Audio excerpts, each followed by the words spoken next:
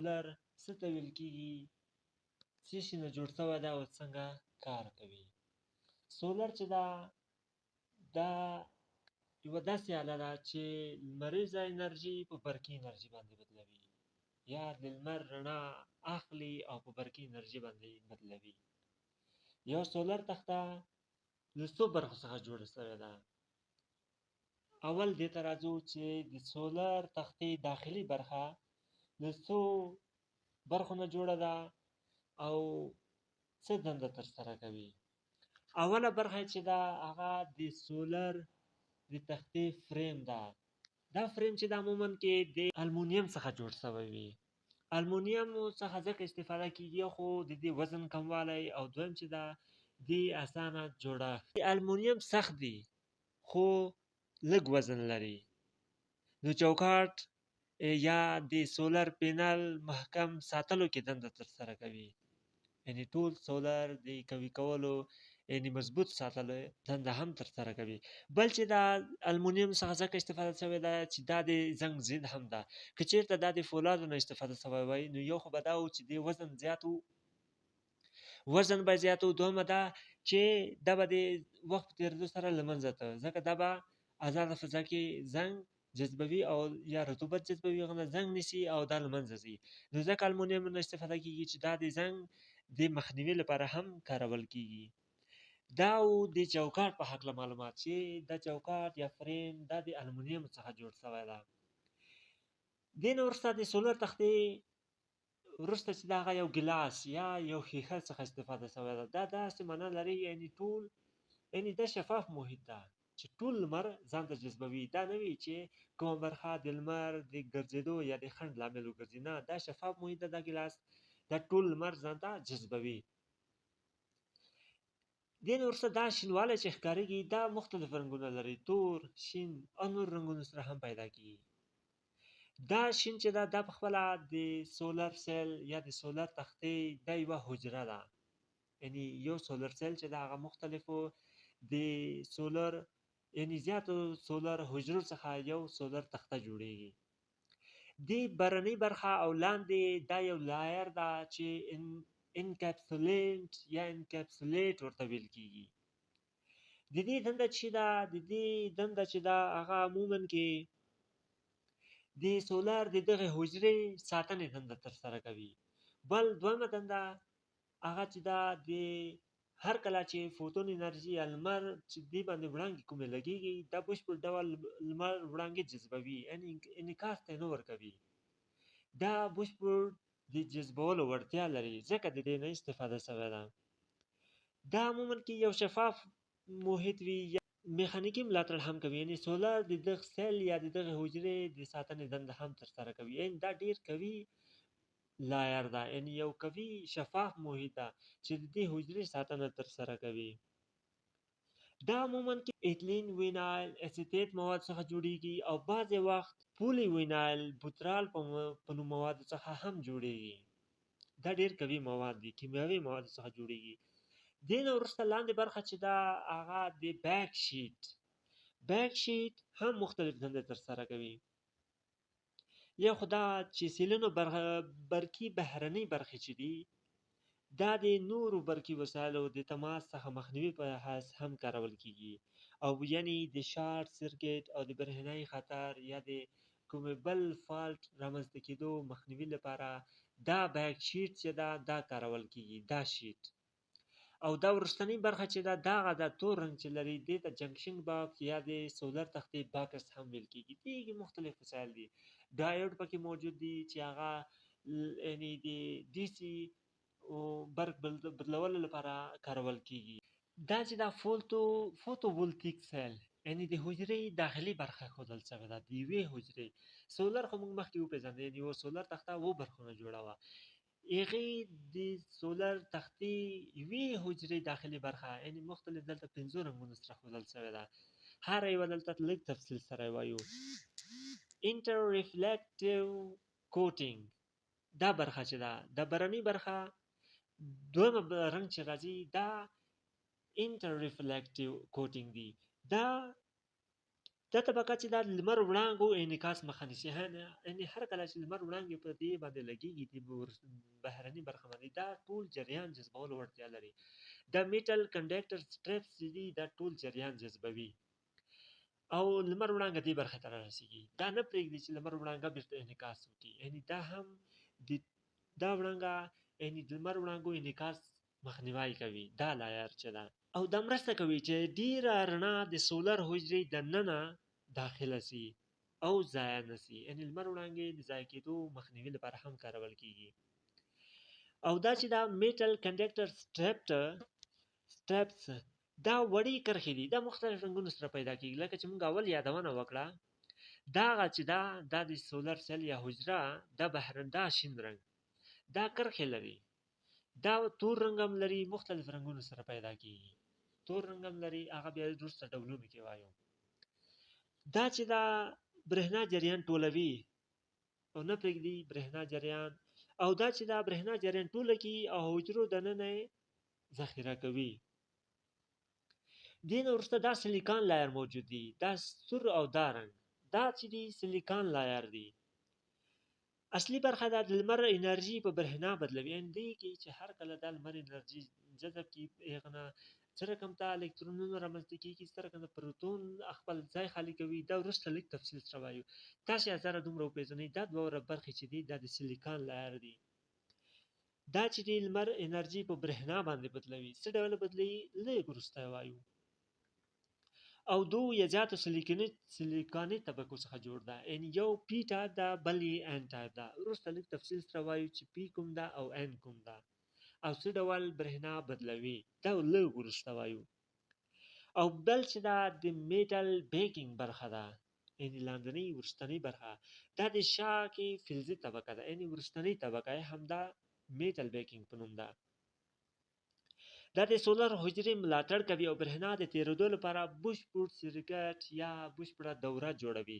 هغه بشپړه دوره څه ډول جوړیږي دې برخه کې وایو. دلته موږ تاسې اول برخه وویله چې دا کرښې موجوده دي، دا دې ته اول فرنٹ الکترود هم ویل کېږي. فرنٹ الکترود څه معنا لري؟ اول دې نه تېرو، اول له سر راځو. لایټ سورس څه معنا؟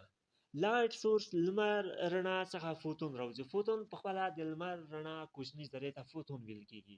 هر کله چې دا فوتون په دې برخه باندې لګي، یعنې فرنٹ الکترود باندې لګېږي، دا د سولر حجرې په مخ کې یو نرۍ فلزي لینونه دي، دا د ګوتو په مانند هم دي، دې ته د فینګر الکترود هم ویل کېږي. او دلته فرنٹ الکترود یعنې مخکنۍ برخه د برېښنایي مخکنۍ برخه هم ورته ویل شوې ده. کار یې دا د الکترونونه ټولوي او د سرکټ دوره بشپړوي. دلته ګورئ ګران دوستان، دلته سم نه ښکارېده. دې برخه کې الکترونونه خو راټول شول، څه ډول دوره بشپړوي؟ یو لاندې لاین یو د دې سره څه ډول وصلېږي؟ په دې شکل کې واضح ده. یو دا لاین راځي، دې سره داسې دوره سرکټ وصلېږي. دلته ګروپ پکه هر څه یا بیټري هم وصلېږي، تر څو لاینونه وصل شي دوره بشپړېږي. دې کې چې کله الکترونونه یا د لمر رڼا د فوتون انرژي دې باندې لګېږي، هغه ځان ته جذبوي. کله چې جذب کړله، دا د سرکټ یو لاین سره وصلېږي. او دا لاندنۍ برخه چې دلته موږ وویله چې میټل بیکینګ وروستنۍ برخه، دا هم سرکټ د دورې بشپړولو لپاره کارول کېږي. دا چې دا د یعنې سولر حجرې شاته ځای کې یو بشپړ فلزي طبقه ده چې میټل بیکینګ په نوم ده، دا هم د سرکټ دورې د بشپړولو لپاره کارول کېږي او الکترونونه بیرته راګرځوي. یعنې موږ وویل چې الکترونونه په یو دوره کې حرکت کوي. الکترون له دې دورې څخه داسې حرکت کوي او میټل بیکینګ دې برخې ته راځي، یو بشپړه دوره مکمل کوي یا بشپړه دوره تړي. او دې کې چې دا الکترونونه دي او دا سوري دا څه ډول رامنځته کېږي. او دلته موږ چې وویل چې دا یوه برخه د نیوترون یا الکترون ده چې منفي چارج لري. دغه برخه چې دا یو خانه یا یو رنګ چې ورکړل شوی ده، دا په خپله د دوی د الکترون او پروتون ترمنځ خالیګاه ده. دا لاندې پروتون زیاته برخه لري. ولې زیاته برخه لري؟ ولې الکترون کمه برخه لري؟ دا ان ټایپ سیلیکان دی، یعنی عموم کې یو سولر چې جوړیږي هغه د سیلیکاني موادو څخه جوړیږي، نیمه هادي موادو څخه، هغه سیلیکان جرمینیم داسې موادو څخه جوړیږي. خو داسې هم کېدای شي چې یوازې سیلیکان یا یوازې جرمینیم وکارولای شي. دا ان ټایپ سیلیکان دی او دا پی ټایپ سیلیکان دی. دوی ترمنځ دا نری غوندې خالیګاه موجوده ده ترڅو الکترونونه همدې لارې جذب نشي، ترڅو الکترون داسې حرکت وکړي او د پروتون دې برخې ته راسي. کله چې فوتون انرژي په دې باندې لګېږي، دې پاسنۍ برخه باندې یعنی فرانټ الکترود باندې لګېږي، له دې طبقې څخه الکترونونه خوځېږي. یعنی فوتو الکتریک اثر، یعنی فزیک کې موږ ویلی وو هر کله چې یعنی کومه برخه کې الکترونونه موجود، یعنی یو اتوم الکترونونه له ځان سره لري. هر کله چې لمر انرژي په دې باندې لګېږي هغه فوتون خپل ځای پرېږدي او تښتي. دلته الکترونونه موجود دي. هر کله چې دا فوتون انرژي په دې باندې لګېږي الکترون له دې ځایه تښتي. دې لارې داسې راځي دغو برخو ته راځي. او دلته چې دي دلته مثبت چارجونه اثر نه دي موجود، دا خالیګاوې موجودې دي. دا خالیګاوې د مثبت چارج په مانند دي، یا دا خالیګاوې داسې دي لکه مثبت چارج ولري. او دا برخه چې دا د دغه ان ټایپ پی ټایپ او دا خالیګاه ترڅو دې لارې الکترونونه پروتونونو سره جذب نشي. د دې عمومي پروسه په دې ډول وه، هر کله چې لمر رڼا یا فوتون انرژي په دې برخه باندې لګېږي، یعنی فرانټ الکترود باندې لګېږي، دلته الکترونونه جذبېږي. دا فوتون دا چې دا په خپله یعنی لمر وړانګې یا لمر په خپله له ځان سره انرژي لري چې هغه ته فوتون انرژي وایي. دا انرژي چې په دې باندې لګېږي یعنی دا الکترون خپل ځای پرېږدي، خپل مدار پرېږدي، دې ځای ځي. دې ځای تېرېدو داسې لاینونه موږ ورکوو، یعنی هر کله چې موږ یو سولر وینو دوه لاینونه له ځانه سره لري، یو چې د مثبت لاین، بل چې د منفي لاین. یعنی دا الکترون داسې حرکت کوي، دلته بیټرۍ ګروپ یا باد پکه هر څه ورسره وصلوو ترڅو دوره بشپړه شي او دې خالیګاو ته راځي. د مثبت چارج لري، دا خالیګاوې مثبت چارج لري، هم نور چارجونه یو بل دفع کوي، مختلف نور چارجونه یو بل جذبوي. الکترون له دې ځایه تښتي، دې لاین کې راځي، داسې دغو خالیګاو ته دا مثبت چارج لري. دا و د دې یو پرانسیپ یا عمومي کړنه. دې نه وروسته راځو چې موږ سولر وپېژنو چې موږ څو ډوله سولر تختې لرو. اوس راځو د سولر ډولونه پېژنو چې موږ په افغانستان یا نړیوال بازار کې څو ډوله سولرې لرو. موږ په عموم کې 3 ډوله سولرې لرو: مونو کرسټالین، پولي کرسټالین او تین فلم په نوم. په نړیوال بازار یا نورو ځایونو کې نور ډولونه هم د سولر شته. مونو کرسټالین، پولي کرسټالین، تین فلم، بیفیشل and مونوپرک. اول راځو د مونو کرسټالین سولر په هکله معلومات ترلاسه کوو. دا تور رنګ لري او داسې کونجونه یې پرې دي. دا سولر چې دي موثریت یې هم لوړ ده، دې نه زیاته استفاده کېږي، کم لمر کې دا هم کارول کېږي او خپله یعنې هغه برېښنا تولیدوي کم لمر کې. موثریت یې تقریبا 60% ده.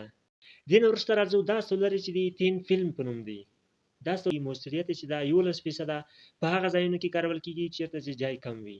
د کم جای له امله په ځمکه غوړول کېږي، وروسته ټولېږي. او دا سولر چې دي دا د پولي کرسټالین په نوم دی. دا سولر شین رنګ لري، موثریت یې 15 نه تر 17% ده. دا سولر چې دي دا لمر ته زیات ضرورت لري، که چېرته لمر نه وي، ورځې موسم وي، نو دې نه استفاده نه کېږي.